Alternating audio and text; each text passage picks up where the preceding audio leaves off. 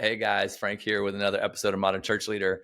I'm here talking about releasing Christian music to the world with my new bud, Stephen. Stephen, welcome to the Yeah. podcast. Thanks, man. I'm so excited to get to be with you guys today. It's gonna be awesome.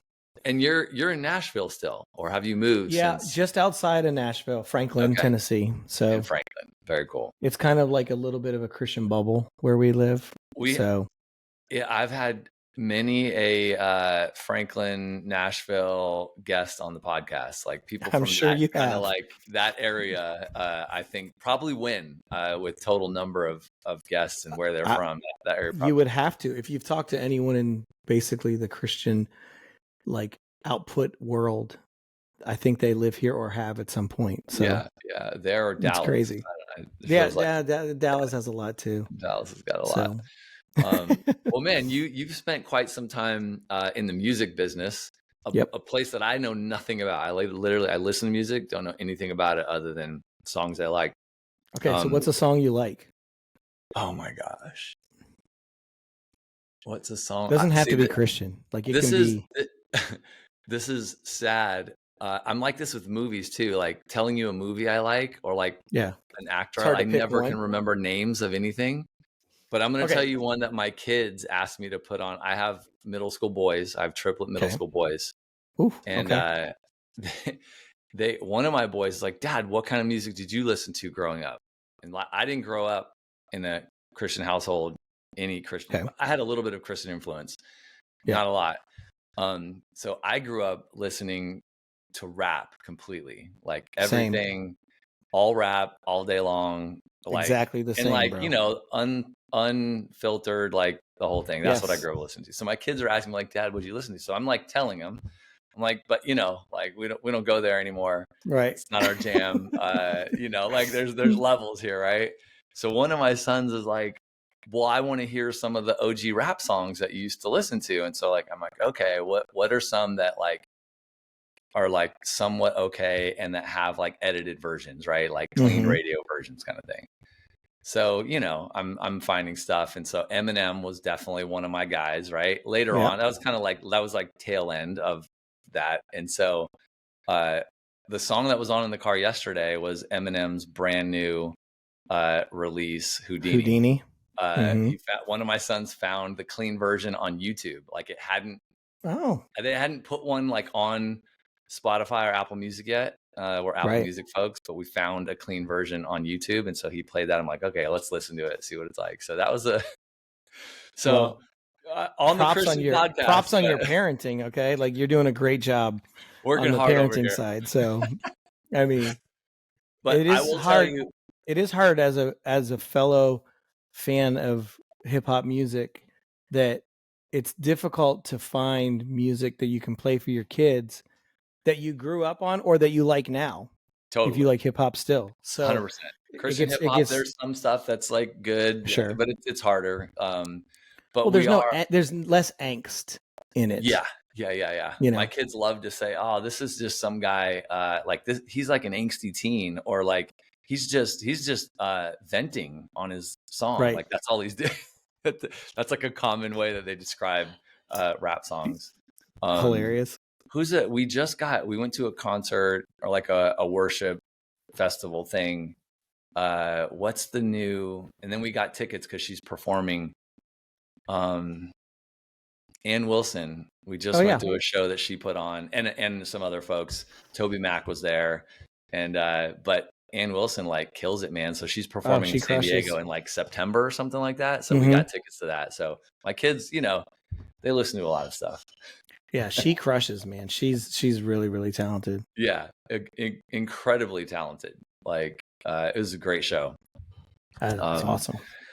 She doesn't rap a lot, but she is very, very talented. You know, I got married, and when I was dating my wife, she was a big country fan. So I got super into country. So, you know, I went from rap to country to Christian music. That was kind of the journey. And now those three are kind of the same thing. So they're all blending. They're all blending together. They all live in the same jambalaya now. Oh, so tell us your story. Like, how did you get into music? Like, go back to the early days.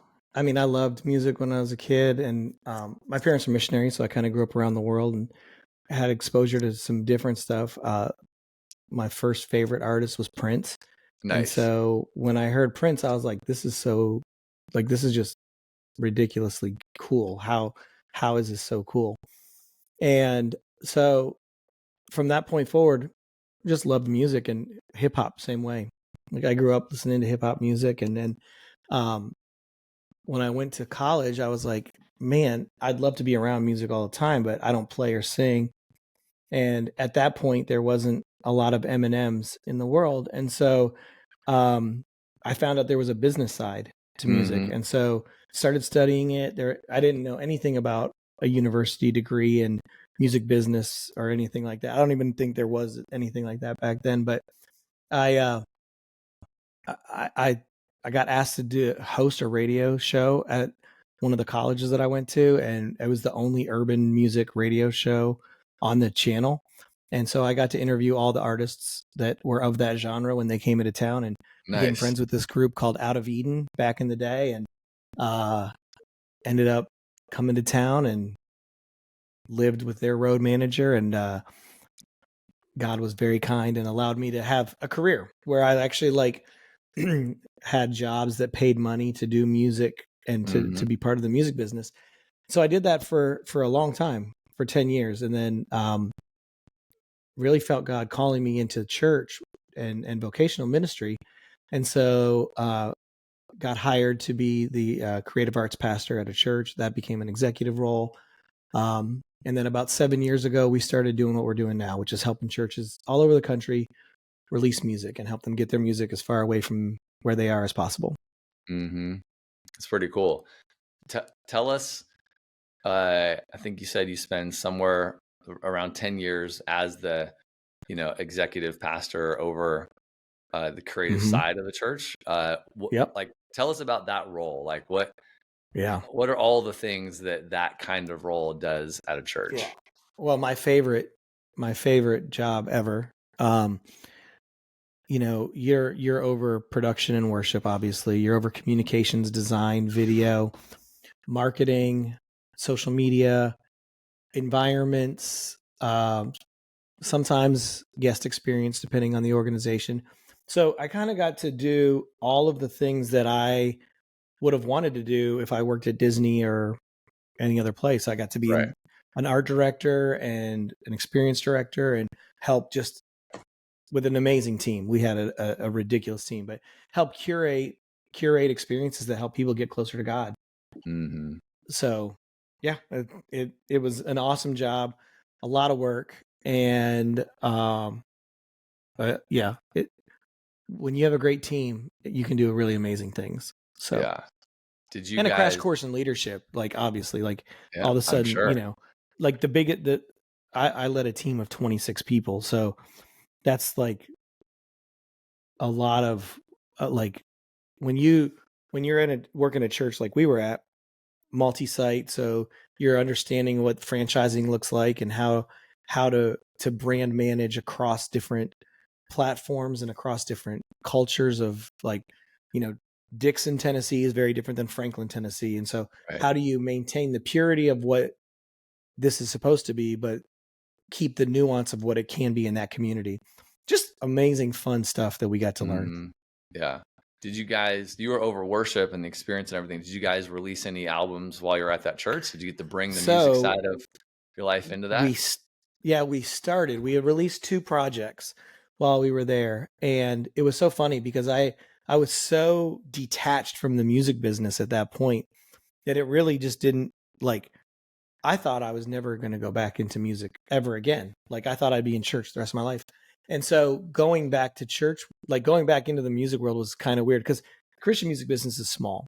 And Right. so like a lot of the people were still the same people. And then when I came back a few years later to start doing what I'm doing, I'm working with a lot of the same people that I was working the first time that I was Right. doing this. And so it's just interesting to see how you navigate different seasons and who sticks around and who doesn't. And I'm sure Right. every industry has that on some level, but Yeah. Yeah. Totally. I mean, the kind of music business is fascinating. So how do you, I was at church on Sunday, actually. My kids go to a school out here. So once in a while we'll go to their service, and they're launching, they have a new album. It was either launching or they're previewing it, or they're somewhere it's in the works. Right. And they were talking about it at service. And so obviously they've done a few, I'm not sure how many, but they've figured out how to kind of do this. Like, how does a church, let's walk through that. Like, how does a church get to the point of like, we want to release our own music? And great. And then where do they go from there? Well, every worship leader wants to do it because it's their chance to live the dream that they didn't live when they took the opportunity to go into music business, or to go into church, to work for church. Right? Right. So they passed up their rock star dream. They passed up their rock star dream in order to be a worship leader. So now they're like, I'm going to write worship songs, and I'm going to become Brandon Lake or Phil Wickham or Joel Houston. And so, it's interesting because when you work with just artists, it starts with the song and the artistry. Like, if that's really good, you can kind of craft everything else around it. When it comes to worship music, that's not the case. Like, if there's about 3 or 4 things that have to be in place before the song, you even get to the songs. One of them being like, leadership has to be on board. If leadership's not supportive of releasing music, it's not going to work for your church. Number 2, leadership has to understand that it's a ministry. It's not a profit generating function. And so we believe songs are missionaries and discipleship tools, and they're going to do things and reach your community in a new way that other things don't. But they're expensive to make songs. It can get expensive, right? And a lot of the rest of the organization is going to think it's a vanity project. So if you're not framing it well for the entire staff and the church early on, that this is a ministry and we're using this intentionally to minister to people, it's going to go sideways really, really fast, right? Usually I tell executive pastors, don't plan on making any money for 7 to 10 years.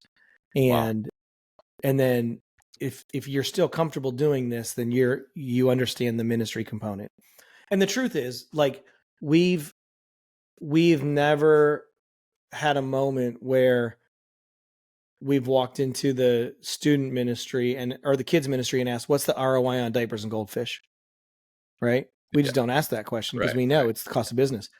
In the music world, it's just very expensive diapers and goldfish. Right. And so that has to make sense. Number 3 is you have to have a commitment to social media. Social media is the engine to all marketing of music in our current state. Yeah. Then you get to songs like, oh, you're writing good songs, and you're writing songs that are specific to your church, and they're songs specific to what your church does, and they're telling the story and the ministry of your church, and they're not like the carbon copy of an Elevation song or a Bethel song or a Map City song. And so once you're able to find your voice, then, okay, now we have the foundation built of we can release music. Let's figure out what the publishing looks like. Let's build a strategy. Let's figure out how to record the songs. Let's build your writing culture. And then we're off to the races. Yeah. Do you find that most churches get to a certain size, or they've got the worship team, and then they're already writing some of their own songs? Well, it used to be like around 2,000 people. That would be like the sounds, but I don't think that's the case anymore. I think, technology has shortened the curve on creativity so much that, like, you can have some really cool songs coming out of a church of 75 people, and maybe sometimes even better songs because they have different pressures or less of different pressures on them. So I don't know that there's a perfect number anymore. I don't know. I don't think there needs to be.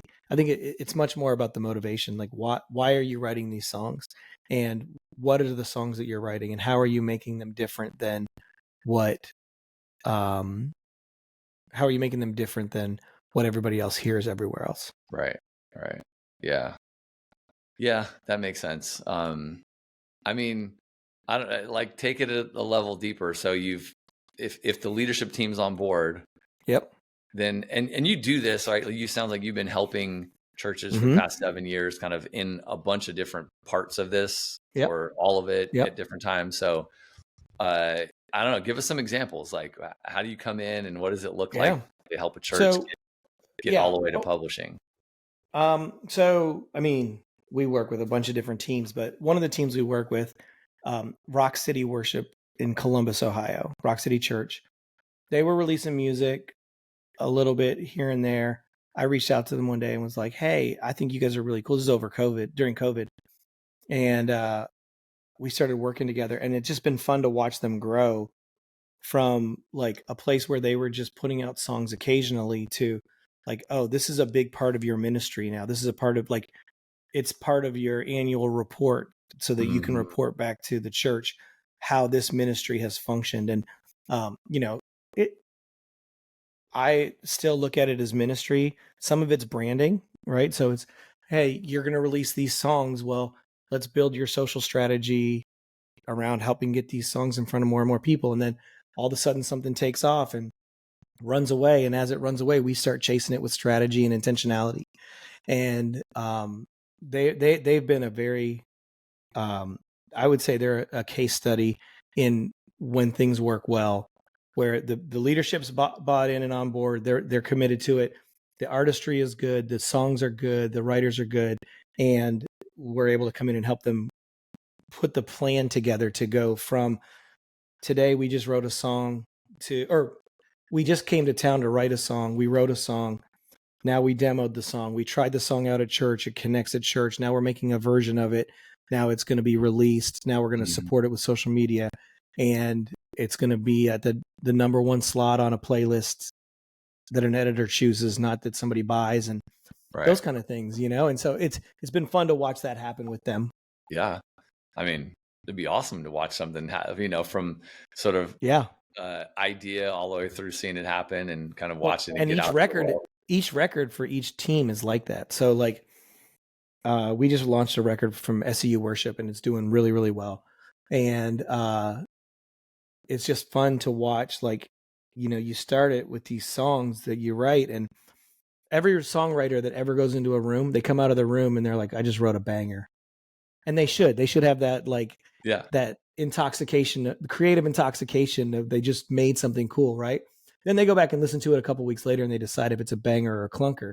But like to go from, hey, we're getting in these rooms writing these songs to, hey, we're doing these songs in chapel and church and people are connecting to these songs, Yeah. to, wow, what would it look like if we recorded it live with thousands of people in the room and and captured that moment of like, it's not us doing a performance, but it's us actually like using these songs to connect to the Lord. And Hmm. then we capture that moment and then we share it with people all over the world. And it's fun. It's a fun, Yeah. I can't believe that I get to do it some days. So Yeah. Yeah. Yeah. Do you travel around yeah, seeing a lot yeah. of So churches? obviously Like, we have teams in all over the country. So, yeah. um, yeah, we'll be every week we're probably somewhere else trying, like, working with the team, whether we're going through a marketing plan or at a recording or any of those kind of things. Right. Right. Yeah. Um, how do the songs get written? So, oh, well, it's magic, honestly. And it's funny because writing songs is a disciplined magic. So you think about writing songs like an exercise, right? Like you have to go, like you go to the gym every day.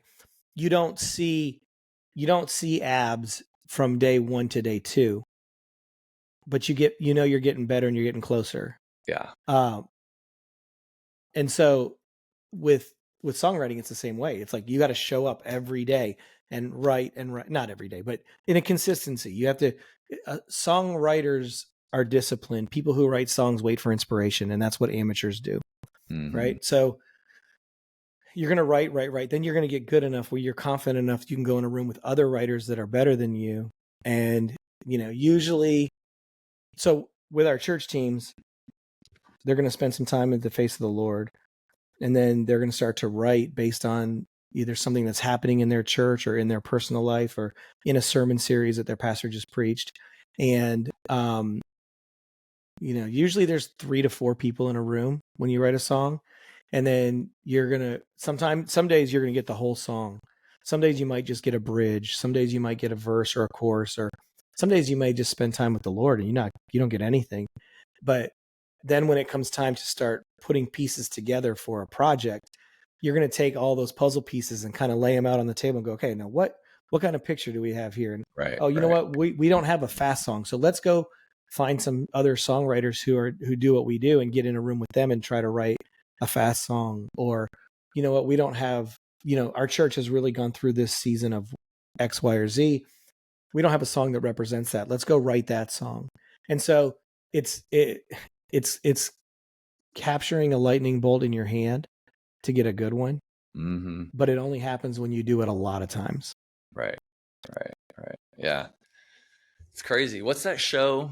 I'm sure you saw it or heard of it, right? Where it was a TV show about songwriting, but it was like a challenge. Songland? Song. I think that was it. Yeah. I watched. Ryan Tedder was on it. Yeah. So that's like my only glimpse into like what songwriting looks like, but or TV, but and that's that obviously, like if you're writing pop songs or country songs, it's a little bit different. You're going to go into a 3-hour writing session. You're going to write some songs, and then you're going to be like, okay, we wrote that song today. Let's just see how it does, see if it's any good, and eventually you get some good ones. With worship music, it's a little different because it has to have a connection to people spiritually, and it has to have a unique tone to your church, or else it's going to just sound like noise. Right. So, like it's but that show was awesome. Yeah, I loved that show when it was on. I thought it was great. It was fun. Yeah, super fun. My kids enjoyed it too. Like, do most churches evolve to the point? Like, I just feel like there's, a church grows. As a church grows, they get a better worship team, and eventually the worship team gets into like writing their own music because they've hit that stage, and then on someone's mind, they're like, let's release an album. Like, is that usually the trajectory of how it goes down? That's exactly how it goes down. Usually, like they start writing songs, and then they're like, we need to release an album. What they don't realize is no one really releases albums anymore. Right. So is it all Spotify? Like, what does that mean today? Like, it's just digital music. People aren't going to listen to 15 songs in a collection unless you're an Elevation or a Bethel, right? Yeah. So what we are telling churches right now is, let's do 2 or 3 EPs throughout the year and culminate them into an album, so that you have a chance to like expose and steward songs more efficiently. You're able to playlist more songs because, like, again, you're a church, you have awesome songs, you start releasing them, nobody knows who you are. I mean, people in your community might know who you are, but people in the world don't know who you are. And so you've got to like kind of start at zero of brand building, that this is something that matters and people should pay attention to. And so you want as many at bats as you can get, Yeah. So one by one kind of thing. One by one. Which makes sense. You get release by release. And social media plays such a big part in it now. Like, it's so fun because for the first time for artists, there really are no gatekeepers, right? Mm-hmm. Like, you as an artist, you can release music and be successful and have no one tell you anything about your music, because you can go find your audience. And I think that the same thing is true for churches. It's just the problem is that church social media, we use it as a billboard instead of a ministry tool. But that's a different soapbox for a different podcast, Frank. But because a church with could music, you don't. Right. Like, they could just release a song on Spotify or Apple Music. Yeah. And YouTube, maybe, if they're recording it, like live, like during a service or something like that. Like, and then it's out. Is that like, do most churches that get into publishing music self-publish? Like, they self-release an album? Yeah. Yes, because you don't really need a record label if you're a church. Because, a record label is helpful. Record labels are really great. They give you a lot of institutional knowledge. They give you some relationships. They give you some data, hopefully. Like, they're going to help you with your strategy and all that kind of thing, right? So I'm pro label, but I'm not pro label for every church, because I don't think every church needs a label, right? I think where you start is you start off with putting music out for your church. And if you're hitting your church, then it's going to start to find other churches just like yours that resonate with those songs. and then eventually you might grow into a record deal, right? But it's not necessary to start in that place anymore. Like, yeah, I mean, every week there's churches that throw music out, and sometimes the songs get heard, sometimes they don't. Right. Yeah. You know, where are churches mostly, like, where's the main place you need to release music today? Spotify? I mean, yeah. So, I mean, you do it to all of the places at the same time. Okay, So you just push it out there's everywhere. aggregator tools that push it out to everywhere. Getting it there is easy. It's getting people to actually listen to it when it's there. After You know, the average song on Spotify, I think, is like 600 streams. So when you added like the Drakes and the Kendrick Lamars of the world that are doing 100 million, you know, there's a lot of people not streaming 1,000 streams on a song, right? So it's kind of like you're a toothbrush salesman, and you can get your toothbrush into Walgreens, but how are you going to get somebody to take it out of Walgreens? And that's where a lot of strategy comes into play, and the necessity of a robust social media plan, and some best practices, and figuring out ways to do all of those kind of things that help expose a song, you know? Yeah. Where's the best spot? TikTok? Is that the spot to get the most TikTok exposure? but they changed the algorithm recently to really prioritize the TikTok shop.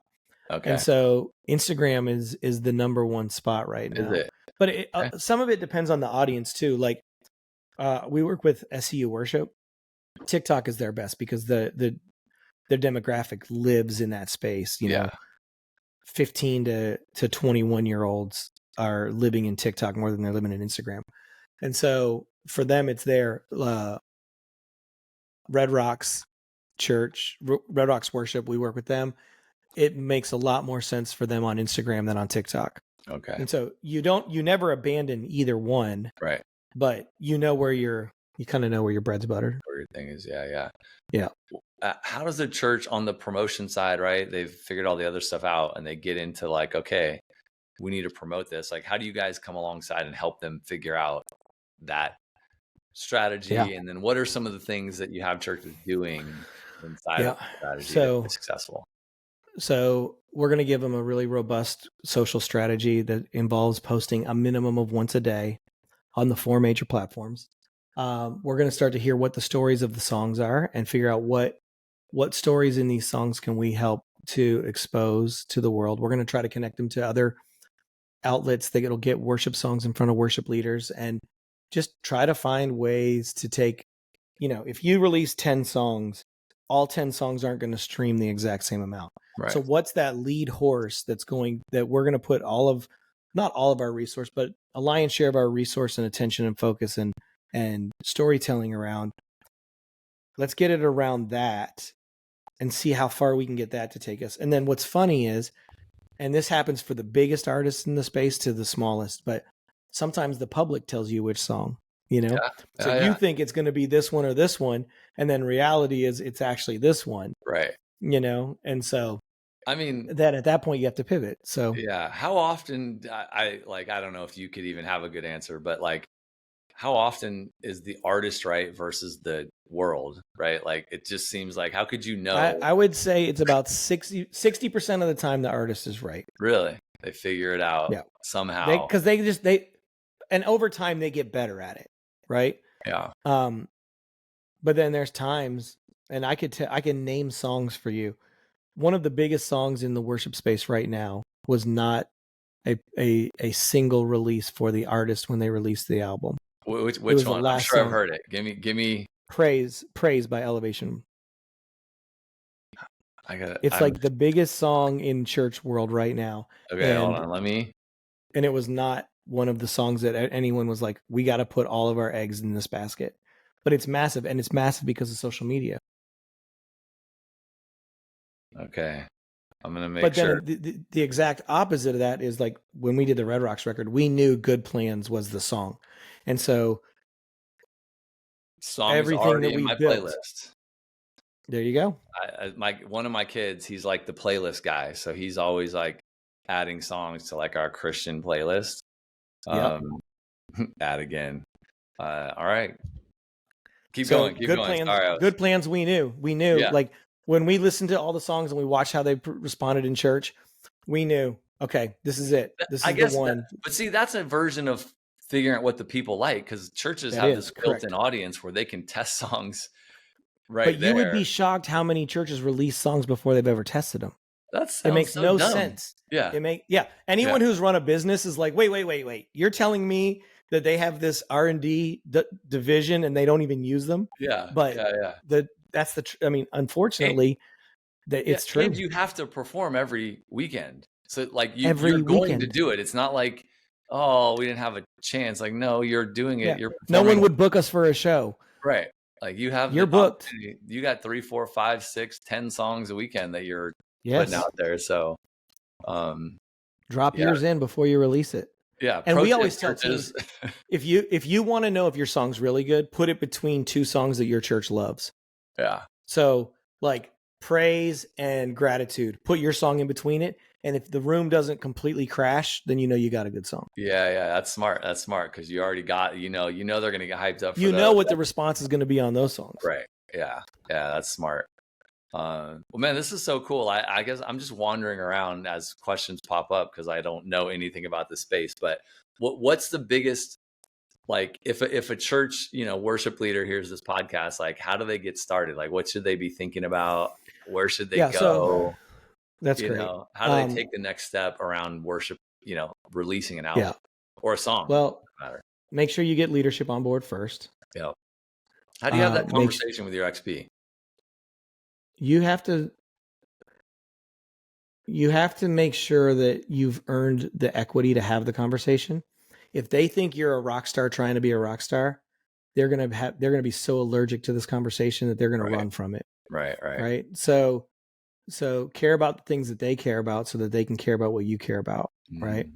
And then start to articulate how the songs support the church and the mission and the purpose of the church, and how you're not like you're writing songs for your church.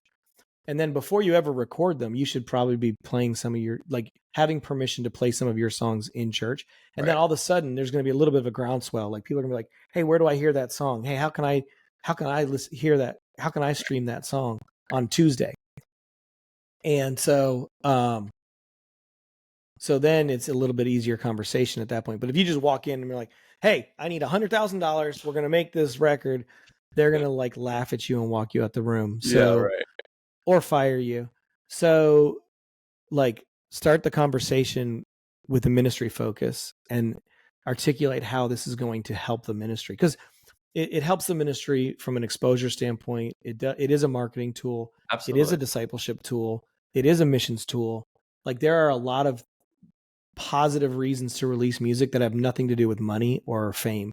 I mean, and just that's where it should be. Yeah, absolutely. Like we have, when we're not playing Eminem, I guess, like we have Christian worship music on in the car, 90% of the time. And my kids, it's like it's just on and they sing all the songs and they know what's going on. And it's like, it's a great, as a parent, right? Like going like, that's what I want being planted in my kids' hearts and in their minds while we're driving around and all of that. Like, so it's a big deal that we have. And what's interesting is that kids are genre agnostic. So like you and I talked about hip hop music, right?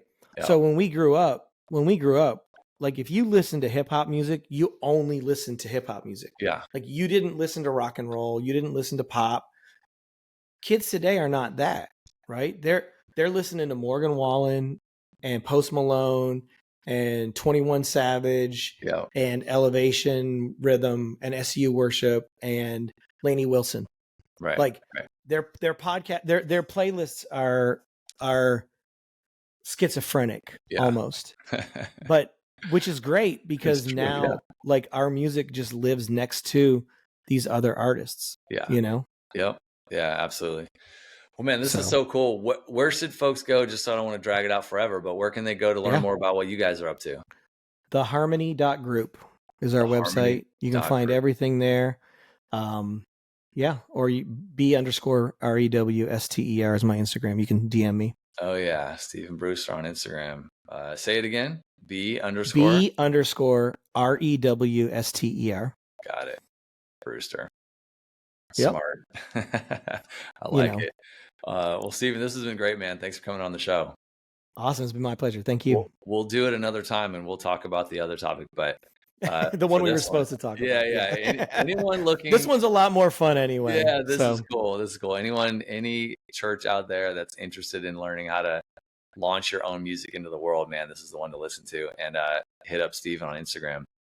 I love Stephen, it. thanks, man. Thanks, guys, for listening. And we'll catch everyone next week on another episode of Modern Church Leader. See ya.